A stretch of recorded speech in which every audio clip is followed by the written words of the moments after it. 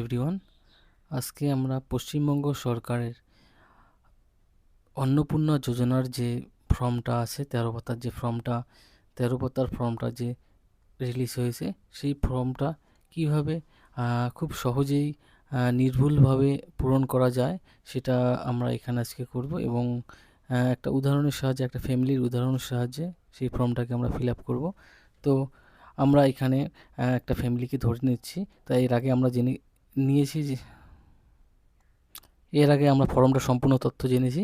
এখন আমরা জানবো যে একটা ফ্যামিলিকে নিয়ে আমরা এই ফর্মটা ফিল আপ করার চেষ্টা করবো এবং ডাটা এন্ট্রিগুলো কী করে হবে সেগুলো দেখবো এখানে আমরা।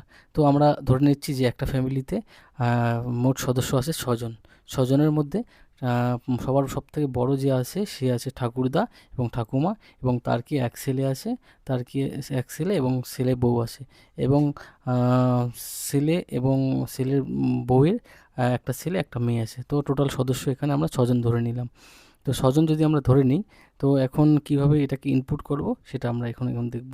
তো সবার প্রথমে এখানে পরিবারের পরিচয়ের মধ্যে সবার প্রথম যেটা আছে সেটা হচ্ছে হেড অফ দ্য ফ্যামিলি। তো এখানে আমরা হেড অফ দ্য ফ্যামিলি আমরা যে ফ্যামিলির হেড আছে আমার কাছে তথ্য, সেই তথ্য হিসেবে ঠাকুরদার নাম হচ্ছে এখানে রামদাস। তো এখানে আমরা রামদাসের নামটা এখানে দিয়ে দেবো, কোনো অসুবিধা হবে না। তো এর পরবর্তীতে রামদাসের জন্ম তারিখটা এখানে দিয়ে দেবো এবং রামদাস অর্থাৎ হেড অফ দ্য ফ্যামিলির লিঙ্গ কী সেই লিঙ্গটা এখানে দিব এবং তার আধার কার্ড নাম্বারটা। এগুলো সাধারণত এখানে আপনার বাবারও হতে পারে, কিন্তু আমি যেহেতু যে উদাহরণটা নিয়েছি সেই হিসাবে আপনাদেরকে বুঝিয়ে দিচ্ছি।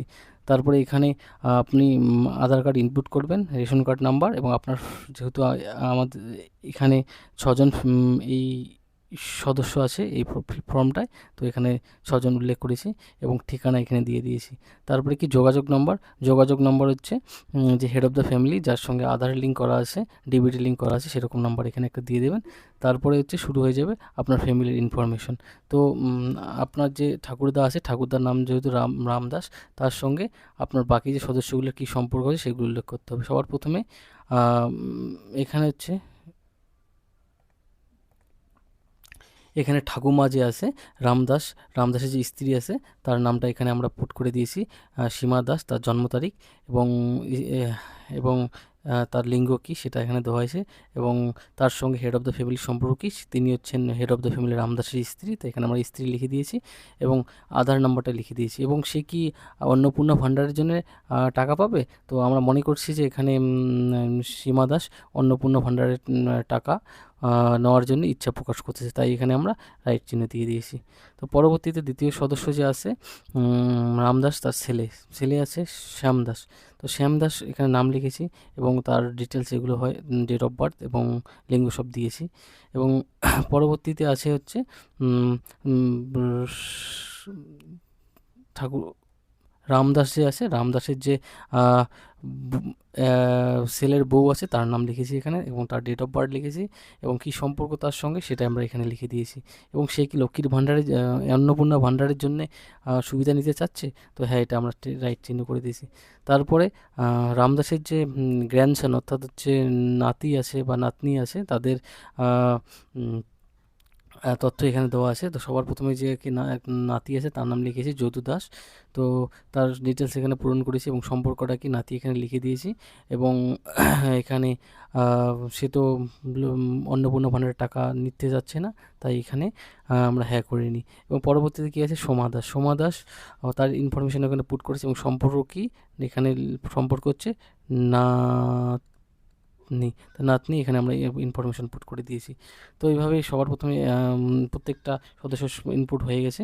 এবার প্রত্যেকটা সদস্যর প্রথমে যার নাম লেখা হয়েছে যেভাবে সিকোয়েন্স ওয়াইজে সেইভাবে সবার প্রথমে হচ্ছে হেড অফ দ্য ফ্যামিলির ব্যাঙ্ক অ্যাকাউন্ট নাম্বার, তার ডিটেলস, তারপরে হচ্ছে তার স্ত্রীর, তারপরে তার ছেলের, তারপরে তার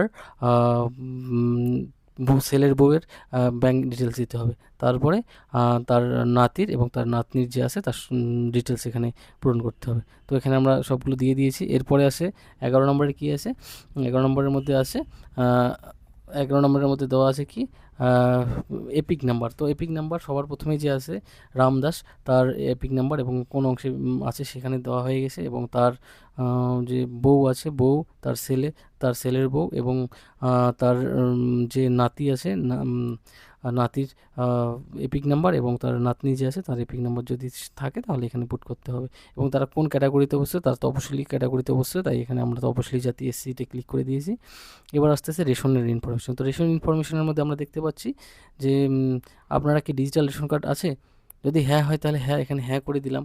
তারপরে যদি হয় তবে কার্ডের ধরন কীরকম কার্ড আছে, যদি আপনাদের কাছে কার্ড থাকে তো কার্ডের তো ধরনটা অবশ্যই থাকবে।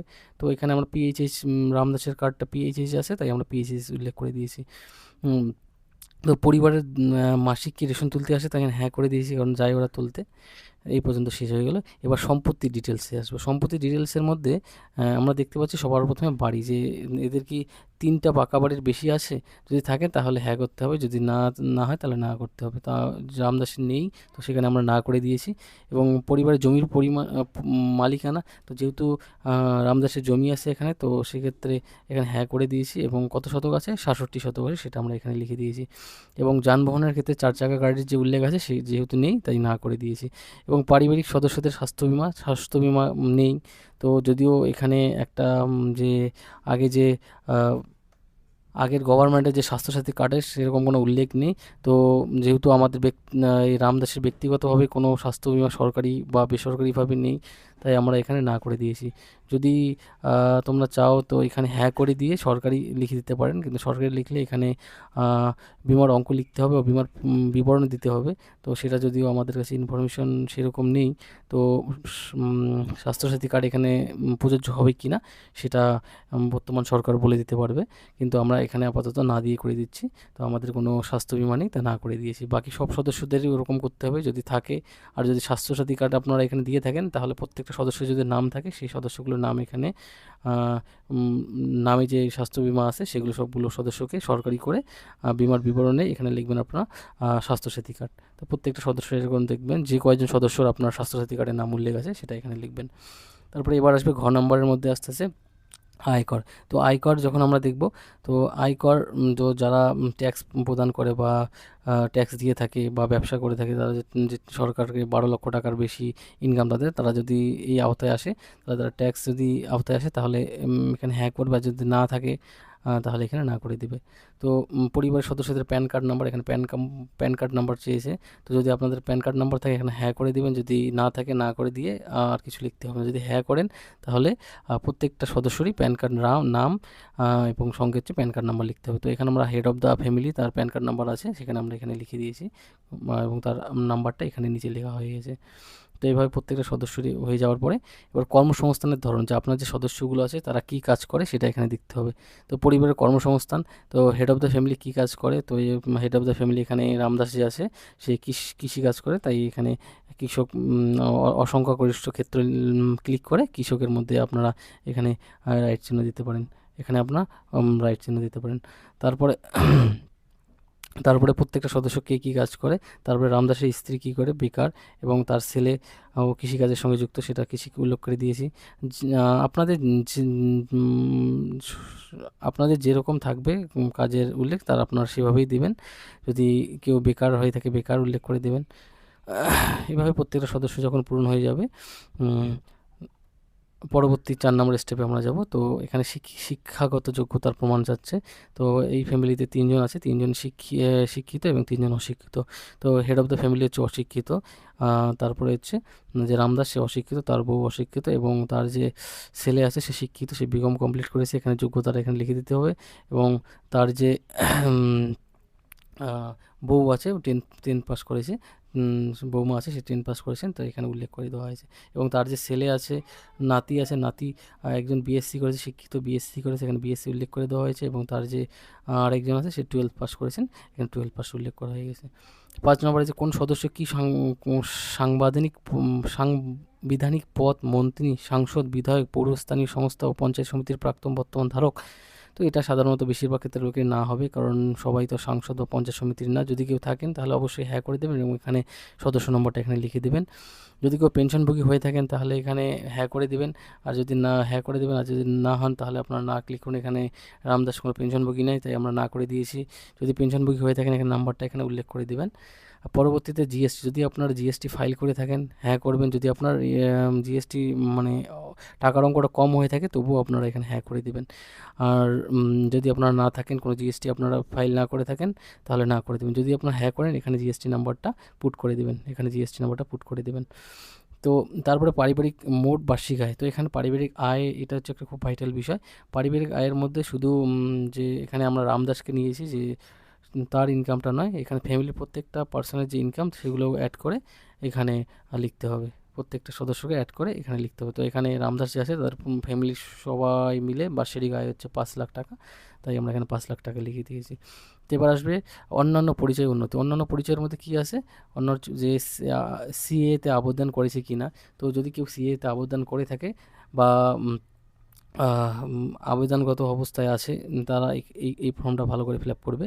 তো এখানে যে আমরা যে রামদাসকে নিয়েছি, রামদাসে কি এখানে ওর ক্ষেত্রে কোনো প্রযোজ্য নয়, কারণ ওর সব কিছু ঠিক আছে, তাই আমরা প্রযোজ্য নয়। যদি কেউ হয়ে থাকেন, আপনি সিএর জন্য আবেদন করে থাকেন, এখানে আবেদন করবেন এবং এখানে আবেদনের নম্বরটা লিখে দেবেন।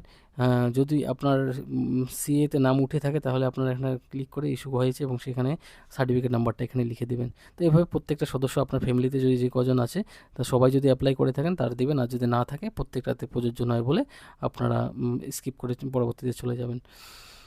তো এবার আছে এখানে কেসিসি বা কিষাণ ক্রেডিট কার্ড বা মৎস্যজীবীর কোনো কার্ড বা শিক্ষার্থী ক্রেডিট কার্ড যদি থাকে, তো এই কলামটা হচ্ছে তার জন্যে। তো এখানে পরিবারের প্রধান সদস্য যদি এখানে রামদাস যে আছে তার কেসিসি আসছিল, তো তার যে নম্বরটা এবং আইডি নম্বরটা এখানে বসানো হয়েছে এবং কত সালে সেই ইস্যু করা হয়েছে কেসিসিটা সেটা এখানে আমরা লিখে দিয়েছি। এবং বাকি সদস্যদের কোনো ক্রেডিট কার্ড বা কেসিসি অন্যান্য কোনো কিছু নেই, তাই আমরা এটাকে ব্ল্যাঙ্ক রেখে দিয়েছি, কোনো অসুবিধা নেই। এবার 3 নম্বর আছে এসআইআর। যদি এসআইআরে কোনো সদস্যের নাম যদি দেখা গেল যে একটা ফ্যামিলিতে 5 জন আছে, 3 জনের নাম উঠে গেছে ভোটার লিস্টে, কিন্তু 2 জনের নাম এখনও ওঠেনি। যদি আপনাদের পরিবারের এরকম কোনো ঘটনা হয়ে থাকে তাহলে এই কলামটা আপনাদের জন্যে। তো পরিবারের প্রধান, তো পরিবারের প্রধানের যদি নাম উঠে থাকে তাহলে আপনি প্রযোজ্য নয় দিয়ে ছেড়ে দেবেন। যদি আপনারা কোনো ট্রাইব্যুনালে মামলা করে থাকেন, কোর্টের মধ্যে মামলা করে থাকেন বা নাম ওঠানোর জন্য, তাহলে এখানে হ্যাঁ করবেন। যদি হ্যাঁ হয় তার মামলার বিবরণটা এখানে দিতে হবে। আর যদি দিয়ে দেবেন। এরকম করে বাকি সদস্যরা যা আছে, যাদের নাম যদি কোনো সদস্য বাদ পড়ে যায় তাহলে হ্যাঁ করবেন এবং তাদের মামলার বিবরণীটা এখানে দিয়ে দেবেন। আর যদি আপনাদের কোনো সমস্যা না থাকে তাহলে প্রযোজ্য নয় বলে আপনারা চলে যাবেন পরবর্তী স্টেপে। তো এখানে সামাজিক মর্যাদা আছে, সামাজিক মর্যাদা ও নির্ভরশীল ব্যক্তিগত, এবার 6 নম্বরের মধ্যে। তো সামাজিক মর্যাদার মধ্যে আপনাদের বাড়িতে যদি এই 6 জন সদস্য থাকা যে আছে তারা যদি কোনো স্কুল বা কলেজে স্কুলে পড়ে থাকে, তো এখানে স্কুলের বিবরণী দেওয়া আছে, তো সেখানে এখানে দিতে হবে এবং সেই স্কুলটা কী ধরনের সেটাই। তো এখানে মনে রাখছি যে ঈশা দাস নামে একজন সদস্য আছে, সে ক্লাস 8-এ পড়ে এবং সেই স্কুলটা যে শালবাড়ি হাই স্কুল নামে পড়েছে, তো সেখানে আমরা পুট করে দিয়েছি এবং সেই স্কুলটার ধরন হচ্ছে সরকারি দিয়েছি। তো সেম হচ্ছে আরেকটা সদস্য আছে, সে রজত দাস, এবং সে ক্লাস 12-এ পড়ে এবং সেম স্কুলে পড়ে এবং সে সরকারি স্কুলে পড়ে, সরকারি স্কুলে দেবেন। যদি আপনাদের শিশুরা বেসরকারি স্কুলে পড়ে সেটা দেবেন, মাদ্রাসায় পড়ে মাদ্রাসায় দেবেন, যেটা থাকবে সেটা আপনারা উল্লেখ করে দেবেন এখানে। বাকি এরকম 4 জন সদস্য আছে, আপনাদের পরিবারে যতজন সদস্য থাকবে তাদের এখানে ভর্তি করে দেবেন। তারপরে এখানে কি আপনাদের শিশুর টিকাকরণ, আপনাদের বাড়িতে যদি ছোটো শিশু থাকে তারা কি টিকা নিয়েছে 5 বছরের নিচে বা 5 বছর মাত্র উত্তীর্ণ হয়ে গেছে, কারণ টিকাগুলো সাধারণত 5 বছরের নিচু বাচ্চাদেরকেই দেওয়া হয়, তো সেই কারণে যদি হ্যাঁ হয় তাহলে হ্যাঁ, এবং যদি টিকাকরণ শুরু হয়েছে বা আপনি দিচ্ছেন এখনও কমপ্লিট হয়নি আপনাদের টিকা, তাহলে টিকাকরণের জায়গায় প্রথমটা ক্লিক করবেন। আর যদি সম্পূর্ণ হয়ে গেছে, 5 বছর পার হয়ে গেছে, তাহলে সম্পূর্ণ হয়েছে বলে রাইট চিহ্ন দেবেন। আপনাদের যটা শিশু আছে, যদি আপনাদের বাড়িতে 4টা শিশু থাকে তাহলে এইভাবে আলাদা আলাদাভাবে সম্পূর্ণ করে দেবেন। তো আমরা এখানে প্রত্যেকটাই সম্পূর্ণ হয়েছে বলে ক্লিক করে দিয়েছি এবং হচ্ছে পরবর্তী বিষয় 6 নম্বরের মধ্যে আছে সরকারি প্রকল্পের আওতায় সুবিধা। সরকারি প্রকল্পের আওতায় সুবিধা, যদি আপনাদের ফ্যামিলিতে অর্থাৎ হেড অফ দ্য ফ্যামিলি এবং হচ্ছে বাকি সদস্যরা সরকারি কোনো সুবিধার পেয়ে থাকে, ডাইরেক্ট টাকা পেয়ে থাকে, কি ডিবিটির মাধ্যমে ডাইরেক্ট টাকা পেয়ে যাচ্ছেন, তাহলে এই কলামটা আপনাদের জন্য। যে পরিবারের যদি প্রধান টাকা পেয়ে থাকে তাহলে এখানে হ্যাঁ করবেন এবং কী কী প্রকল্পে টাকা পাচ্ছে সেটা এখানে লিখবেন। এবং যদি আপনারা সেই প্রকল্পগুলো প্রত্যাহার অর্থাৎ না নিতে চান, আপনারা সুবিধা না নিতে চান, এখানে হ্যাঁ এর মধ্যে ক্লিক করুন। আর যদি আপনারা সেই প্রকল্পের টাকা পেতে চান তাহলে আপনাদের কিচ্ছু করতে হবে না, আপনারা শুধু কোন প্রকল্পের টাকা পাচ্ছেন সেটা এখানে লিখে ছেড়ে দেবেন।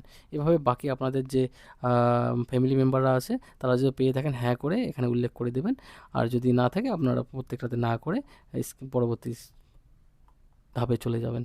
তো এখানে আমরা চলে গেলাম। তো এখানে হ্যাঁ, এখানে বাকি মোটামুটি এখন ফর্ম ফিল আপ শেষ হয়ে গেছে। তো এখানে একটা ঘোষণাপত্র আছে নম্বরের মধ্যে, ঘোষণার মধ্যে আপনারা সম্মতি দেবেন, এখানে একটা রাইট চিহ্ন দেবেন। এই কলামটা অফিস ইউজের জন্য, এটা আপনাদের জন্য। যদি কোনো কারণে আপনাদের ফর্মটা ক্যান্সেল হয়ে যায়, কী কারণে সেটা এখানে উল্লেখ থাকবে। তো এটা আপনাদের জন্য না, এটা পরবর্তীতে অফিসে যেখানে জমা নেবে সেই জায়গায় ওরা এখানে উল্লেখ করে দেবে যদি আপনাদের ফর্ম কোনো কারণে ক্যান্সেল হয়ে যায়।